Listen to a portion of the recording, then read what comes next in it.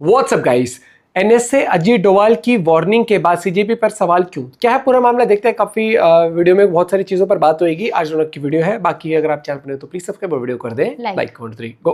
दोस्तों, क्या देश के एनएसए अजीत डोवाल ने एक बड़े खतरे की ओर आगाह किया है सबको? आज भी भारत को बाहर से भी और अंदर से भी बहुत अधिक चुनौतियां हैं। भारत का विकास से सभी लोग बहुत आनंदित हों ऐसा नहीं है। भारत का विकास कई लोगों के लिए, कई देशों के लिए, कई इंटरेस्ट के लिए, उनके लिए ये घातक है और हमें उसका मुकाबला करना है। देश के एनएसए जब कुछ कहते हैं तो उसके पीछे एक मेरिट होता है, वो भी ऐसा एनएसए जिसका जासूसी में लंबा एक्सपीरियंस रहा हो। ऐसे में पॉलिटिकल एक्सपर्ट्स का कहना है कि ये बात उन्होंने ऐसे ही नहीं बोल दी, जबकि पिछले कुछ महीनों में उनकी बातों को साबित करती हुई कई चीजें देखने को मिली हैं। आइए इस पर बात करते हैं। तो संशयात्मा विनाशाय, संशय में मत पड़िए। एक बार एक ही चीज को सोचिए, देश के इंटरेस्ट को सोचिए, देश के इंटरेस्ट में काम करिए। अपनी हर इसको आप आगे बढ़ाने के लिए अगर एकजुट होकर चलें, हमारे देश के अंदर एक ऐसा वातावरण है कि जहां पर हम अपने आप को शक्तिशाली बना सकते हैं। दोस्तों, हाल ही में देश के एनएसए अजीत डोवाल को एक हाईली प्रेस्टिजियस अवार्ड से सम्मानित किया गया। इस दौरान उन्होंने जो स्पीच दी उसका एक वीडियो क्लिप वायरल हो रहा है। उन्होंने कहा कि आज भी हमारे देश को अंदर और बाहर दोनों तरफ से कई खतरों और मुश्किलों का सामना करना पड़ रहा है। भारत जिस तेजी से आगे बढ़ रहा है उससे हर कोई खुश नहीं है। दुनिया के कई लोगों और देशों को हमारी तरक्की से नुकसान महसूस होता है और वो इसे रोकना चाहते हैं। हमें मिलकर इन सब का डटकर सामना करना होगा। इसके लिए ये बहुत जरूरी है कि हम अपने मन से हर तरह का शक और भ्रम पूरी तरह से निकाल दें। हमारा पूरा ध्यान सिर्फ एक चीज पर होना चाहिए, देश की भलाई। हमें सिर्फ वही सोचना और करना चाहिए जिससे हमारे देश का फायदा हो।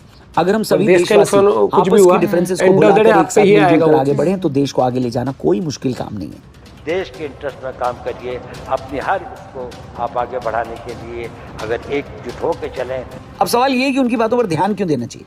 पॉलिटिकल एक्सपर्ट्स कहते हैं कि वीडियो में अजीत डोवाल के वर्ड्स बेहद नपे तुले लेकिन वार्निंग वाले हैं। उन्होंने जो कहा वो सीधे तौर पर भारत के खिलाफ चल रही एक इनविजिबल वॉर की ओर इशारा करती है। तो संशयात्मा विनाशाय, संशय में मत पड़िए। एक बार एक ही चीज को सोचिए, देश के इंटरेस्ट को सोचिए। ध्यान देने वाली बात यह है कि डोवाल जी ने गीता के श्लोक का कॉन्टेक्स्ट देते हुए कहा है कि संशय यानी डाउट में मत पड़िए। विदेशी ताकतें और इंटरनल एनिमीज इंडियन सिटीजन्स के मन में अपनी ही सिस्टम के लिए संशय पैदा करना चाहते हैं। अब कई पॉलिटिकल एक्सपर्ट्स का कहना है कि थोड़ा याद कीजिए, इस टाइम सबसे ज्यादा डाउट्स में किसको डाला गया? हमारे जेनजी को, जिनको इस बात का बिलीव कराया गया कि देश का सिस्टम पूरी तरह से फेल है। हालांकि किसी भी देश का सिस्टम फुल प्रूफ टाइट नहीं रहता, लेकिन फिर भी क्या ये वो रीजन है कि हम किसी पॉलिटिकल टूल की तरह बन जाए? दोस्तों, याद दिला दूं आपको, जिन वेस्टेड इंटरेस्ट की तरफ डोवाल सर ने इशारा किया है उसको खुलकर यूएस ने बोला है। Deputy secretary of state Christopher Landau ने मार्च 2026 में नई दिल्ली में प्रेस्टिजियस रायसीना डायलॉग्स में बोलते हुए उन्होंने साफ शब्दों में कहा कि भारत को यह समझना चाहिए कि हम भारत के साथ वो गलती नहीं करने जा रहे हैं जो हमने 20 साल पहले चीन के साथ की थी। India should understand that we're not going to make the same mistakes with India that we made with China 20 years ago in terms of saying, oh, be able to develop all these markets and then the next thing we know, you're beating us in a lot of commercial things. We're going to make sure that whatever we do, it's fair to our people. इस बयान का सबसे बड़ा और anxious meaning ये है कि America Bharat को आगे तो बढ़ाना चाहता है, लेकिन केवल अपनी तय की हुई लक्ष्मण रेखा के अंदर। अमेरिका नहीं चाहता कि Bharat manufacturing, global supply chain और मॉडर्न टेक्नोलॉजी में इतना शक्तिशाली हो जाए कि वो भविष्य में अमेरिका के इकोनॉमिक डोमिनेंस को चुनौती देने लगे। चीन के साथ अमेरिका ने यही किया था। उसे लगा था कि चीन हमेशा एक सस्ती लेबर वाला देश रहेगा, लेकिन चाइना ने खुद को एक ग्लोबल पावर हाउस बना लिया। ट्रंप के टैरिफ से लेकर डिफरेंट ग्लोबल मंचों से भारत को एक इनविजिबल थ्रेट देने तक यूएस ने हमेशा भारत को कंट्रोल करने की कोशिश की है। और सिर्फ यूएस ही नहीं बल्कि यूरोपियन देशों में भी यही चीज देखी जाती है।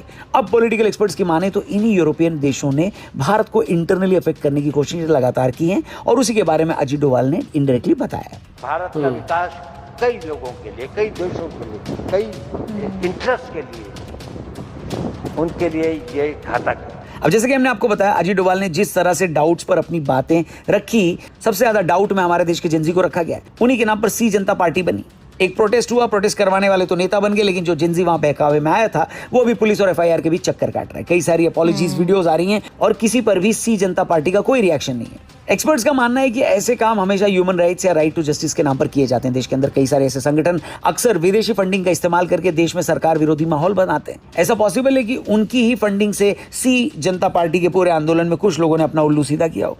अब इसके अपने लॉजिक है। सी जनता पार्टी टेक्निकली स्टूडेंट प्रोटेस्ट के नाम पर बनी थी, लेकिन झारखंड में लाखों स्टूडेंट सड़क पर अपना हक मांग रहे हैं, लेकिन उनके लिए सी जनता पार्टी के स्पोक्स पर्सन से लेकर इनके नेताओं की जबान खुली नहीं रही है। हिपोक्रेसी की भी सीमा ये वाली बात भी। अब देखिए, इसको झारखंड के स्टूडेंट प्रोटेस्ट से जोड़कर देखिए। झारखंड में स्टूडेंट्स अपने अधिकार दिखाया और ना, रोजगार चावल और चावल एजुकेशन के लिए संघर्ष कर रहे हैं। कई छात्रों के पास खाने के पैसे नहीं, वे भूखे पेट रहकर अपने भविष्य की लड़ाई लड़ रहे हैं। पर याद करिए, सी जनता पार्टी के आंदोलन के टाइम देश से बाहर से ऑनलाइन ऑर्डर आ रहे हैं, वहां बिरयानियां और पिज्जा बन रहा था, जिसको देखकर सब हैरान थे। अब कई लोगों का सवाल है कि भाई, अगर आप स्टूडेंट्स के लिए ही खड़े होने की बात कर रहे हो, तो झारखंड के अंदर स्टूडेंट्स नहीं है क्या? उनके साथ इंजस्टिस को बुला देना चाहिए? ये सिलेक्टिव आउटरीच क्यों? झारखंड के बच्चे तो बिस्किट और पानी पीकर सड़क पर आंदोलन कर रहे हैं, लेकिन किसी भी सी जनता पार्टी के नेता ने उन पर एक सवाल नहीं उठाया। क्यों?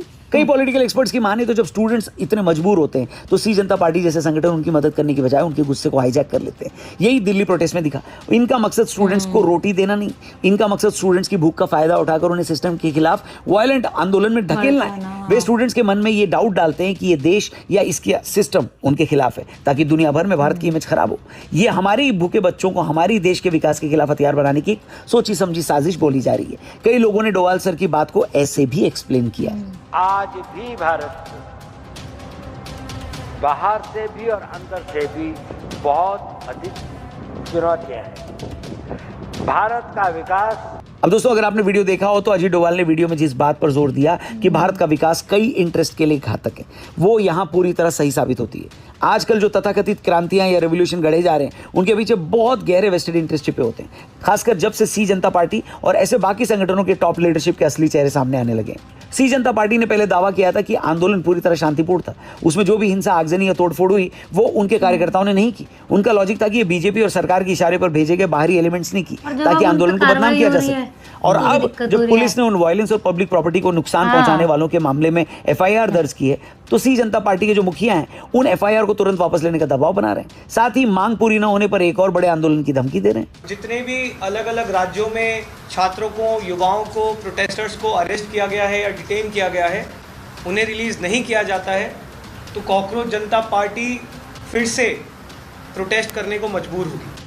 भाई, लॉजिक ये कहता है कि अगर सी जनता पार्टी को यकीन है कि हिंसा यानी वायलेंस प्रोटेस्ट के अंदर बीजेपी या सरकारी लोगों ने की थी, तो भैया एफआईआर होने दो। इनको तो एफआईआर का वेलकम करना चाहिए। जिससे जो लोग पकड़े जाएंगे या फंसेंगे वो बीजेपी के लोग होंगे, है कि नहीं? उन्हें पुलिस और एडमिनिस्ट्रेशन पर दबाव बनाना चाहिए उल्टा, कि भैया इस एफआईआर की गहराई से जांच करो और उनमें जो बीजेपी या सरकारी उपद्रवी हैं उनको बेनकाब करो, जिन्होंने हमारा आंदोलन सैबोटाज करने की कोशिश की। लेकिन इसके उलट सी जनता पार्टी के लोग बोल रहे हैं कि एफआईआर वापस लो, कंप्लेंट वापस लो। एफआईआर वापस लेने का मतलब है जांच को पूरी तरह से बंद कर देना। सवाल ये है कि जांच क्यों रुकवाना चाह रहे हो भाई? अगर पुलिस एफआईआर वापस ले लेती है तो इसका कानूनी मतलब होगा कि जिसने भी हिंसा की वो सजा से बचेगा। अब एक लॉजिकल सवाल उठता है, सी जनता पार्टी उन तथाकथित बीजेपी वालों को जेल जाने से क्यों बचाना चाह रही है? इसका सीधा और दी ओनली लॉजिकल कंक्लूजन यही निकलता है कि एफआईआर में जिन लोगों के नाम हैं वे बाहरी या सत्ता पक्ष के नहीं, बल्कि सी जनता पार्टी और आंदोलन से जुड़े लोग ही हैं, जिन्हें बचाने के लिए क्या ये पूरी जद्दोजहद की जा रही है क्या? आंसर दो भैया। याद कीजिए, इस पूरे आंदोलन के अंदर डेमोक्रेसी और कॉन्स्टिट्यूशन की बात हुई थी। भारत एक डेमोक्रेटिक देश है जहां एक एस्टैब्लिश्ड जस्टिस सिस्टम है। अगर सी जनता पार्टी के नेताओं या कार्यकर्ताओं पर झूठी एफआईआर हुई है तो इसका लॉजिकल एंड लीगल तरीका यह है कि वे अदालत का दरवाजा खटखटाएं, वे कोर्ट में सबूत पेश करके बताएं कि उनके लोग निर्दोष हैं और असली गुनहगार कोई और है। कोर्ट के पास झूठी एफआईआर रद्द करने की पूरी शक्ति होती है, लेकिन अदालत में जाने की बजाय सड़कों पर बड़े आंदोलन की धमकी देना जस्टिस की मांग नहीं, बल्कि एडमिनिस्ट्रेशन को ब्लैकमेल करने की कोशिश है। यह कहना कि अगर तुम हमारे ऊपर से क्रिमिनल केस नहीं हटाओगे तो हम आंदोलन को और भड़का देंगे, ये मेंटालिटी समाज सेवा नहीं है दोस्तों। हेलो, इस बारे में दोस्तों आपकी क्या राय है? कमेंट करके जरूर बताना। और अजीत डोभाल जी ने जो बातें कही हैं स्पीच में, क्या आपने उनको देखा, सुना, समझा? उसके ऊपर आपकी क्या राय है, क्या ओपिनियन है? कमेंट करके जरूर बताना। चैनल को सब्सक्राइब करना, वीडियो पसंद आए तो इसे अपने दोस्तों से जरूर शेयर ये करना। हमेशा कहा गया है कि आपके देश को खतरा ना कई बार बाहरी ताकतों से सिर्फ उस तरीके से नहीं होता कि वो वेपन्स के थ्रू, मिलिट्री के थ्रू होता है। बहुत प्लानिंग, प्लॉटिंग होती है, बहुत चीजें। जैसे आपको पता होगा कि कहा था ना, सर ने कहा था कि आने वाला खतरा जो होगा वो आपको डिजिटल वॉर, जैसे साइबर वॉर, इन चीजों से आपको लड़ना होगा।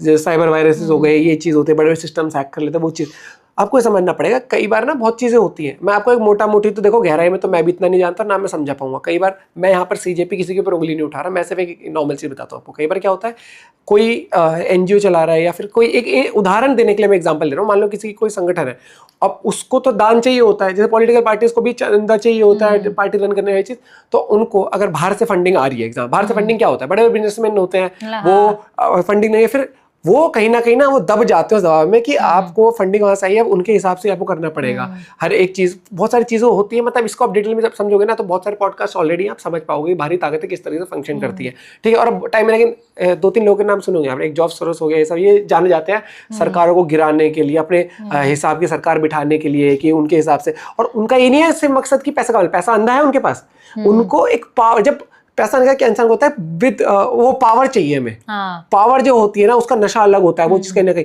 और वही चीज वो बड़े लेवल पर होती है। अमेरिका का तो आपने खुले भी सुना हुआ है ना कि भैया हम इंडिया को आगे नहीं निकलने देंगे उस तरीके से चाइना के साथ, और ये खुले में बोलिए, कोई छुपाने वाली बात नहीं है। तो आप एक चीज समझा करो कई बार कि कुछ हो रहा है क्या वाकई में, हम तरक्की से सबसे पहले कौन जलता है, इसी वजह से देख लेना, जो हम दोस्त हैं, बहुत चीजें होती है। देखो हमेशा कहा गया है पॉलिटिक्स के अंदर और किसी भी देश के अंदर कानून, वो जैसे मतलब कोई भी रूलिंग पार्टी है, कोई परफेक्ट नहीं हो सकती। हमें क्या होता है, हमें बेस्ट नहीं चुनना होता, बेटर चुनना होता है। बेस्ट तो आप कर ही नहीं सकते हो, और आपको ये देखना चाहिए हमेशा कि डेमोक्रेटिक कंट्री, हाँ भाई अपना प्रोटेस्ट करो, आपको सही तरीका होता है, लेकिन आप ये भी समझना कि आपको ना एक ये बुद्धि भी दी है कि उसके अंदर आपको ये भी समझना पड़ता है कि भाई जो चीज़ हम कर रहे हैं क्या वो सही तरीके से कर रहे हैं या क्या वो सही चीज़ है। और ये चीज़ बहुत कम लोगों ने ये चीज़ मुझे लगता है कि मुद्दा बात भी करी होगी, जब ये पेपर लीक हुआ था ना, सरकार ने उसी टाइम पर बहुत बड़ा एक्शन लिया था, उनको पकड़ा गया था, सजा भी, हर एक चीज़ शुरू हुई थी, वो चीज़ कार्रवाई भी। नो डाउट प्रेशर बनाने के लिए और कठिन कानून लाने के लिए, सख्त कानून लाने के लिए प्रोटेस्ट हुआ कि भाई ये तो, उसके ऊपर भी पेपर लीक के ऊपर बिल भी लेके आया सरकार। ये जी बढ़िया है कि आपने प्रोटेस्ट करा, सरकार ने सुना, और कठोर कि पेपर लीक ना हो और आप रिफॉर्म्स लेके आओ एजुकेशन सिस्टम में, ठीक है। लेकिन जिस तरीके से वो एक माहौल क्रिएट हुआ ना, अनसर्टेनिटी हो गई, वॉयलेंस हो गया, भाई वो चीज़ कहीं ना कहीं नहीं। और बाकी पता नहीं भैया ये वाली पार्टी आगे जाके पॉलिटिकल ही मन से लेके आई है, क्या बनना है उनको क्या नहीं, वो उनकी है। लेकिन मुझे लगता है कि तो हमें थोड़ा सा एक समझना चाहिए कि कौन आपको उकसा रहा है। आज जो हाथ पकड़ के सॉरी बोल रहे हैं, मैं कह रहा हूँ प्रोटेस्ट करना सबका राइट है ना, अपनी आवाज उठाना, लेकिन उस आवाज के जो शब्द दिए गए ना, और जिस तरीके से वो आधे ऐसे थे जो देखने को मिलेगी जिनको कोई आंदोलन मतलब नहीं, सिर्फ माँ बहन की गालियां इस तरीके से उतरे हुए, थोड़ी शर्म नाम की चीज थी। आज उनके पेरेंट्स हाथ जोड़ रहे हैं। तो जब आप उछलते हो कैमरे के सामने, थोड़ी सी आप में ये गट्स होने चाहिए कि, और थोड़ी सी सेंस होनी चाहिए कि हाँ हम स्टूडेंट है ना, तो अगर हम नीट के अगेंस्ट भी, अगर हम नीट पेपर के लीक के लिए भी आए हैं, तो थोड़ी सेंसिबल बातें भी करो कि लगे कि स्टूडेंट वाली बातें भी कर रहे हो। बाद में तो पेपर छोड़ के सब पता नहीं कहाँ उल्टे सीधे नारे नहीं लगने लगे थे। एक बात बता, स्टूडेंट है तो तू स्कूल में कौन था वो, उसके नाम के नारे पता नहीं क्या क्या। भाई जब आप 11वीं 12वीं तक पहुंच जाते हो ना, कॉलेज को तो बात की बात है, तब भी आपको पता होता है कि टीचर के सामने किस लहजे में बात करनी है, दोस्त के साथ कैसी मस्ती करनी है। तो आप इस प्रोटेस्ट में शामिल हो तो आपको ये नहीं पता था कैमरा, मेन स्ट्रीम मीडिया के सामने कैसे बदतमीजी करनी चाहिए, नहीं करनी चाहिए, किस तरीके से बात करनी चाहिए, नहीं। वहां पर जो शब्द यूज हुए हैं ना, लिटरली उनके पेरेंट्स की आज शक्ल देखकर भाई साहब ये तरस आ रहा है कि पेरेंट्स खुद ये सोच रहे हैं कि भाई, क्योंकि आपको एक चीज पता है, लड़के हो, बहुत सारे बच्चे होते हैं जो फ्रेंड सर्कल में कई बार गाली गलौज देते, भाई हमने भी दिए, हर एक चीज होता है, वो एक अलग माहौल होता है, वो एक प्राइवेसी होगी वहाँ कई बार चीज।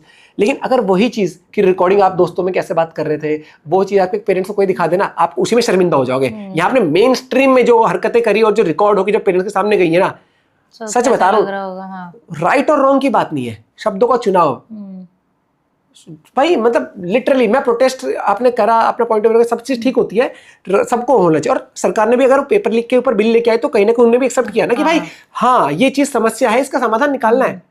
समस्या का समाधान निकालना और मुंह से गाली गलौज निकालने में बहुत फर्क हो जाता है। और आज उसी वजह से आप देख रहे हो पूरी जो अब आपके सामने जो जितने भी ये थे कि कलाकार थे, मैं कलाकारी कहूंगा, उनके पेरेंट्स की हालत आप देख लो कि किस तरीके से वो भाई शर्मिंदगी ही हो रही है। 4 लोग साथ तो देंगे, हाँ, लेकिन आएगा नहीं कोई आखिर में उसमें। अपना पॉइंट भी शेयर करेगा, बाय, ठीक है।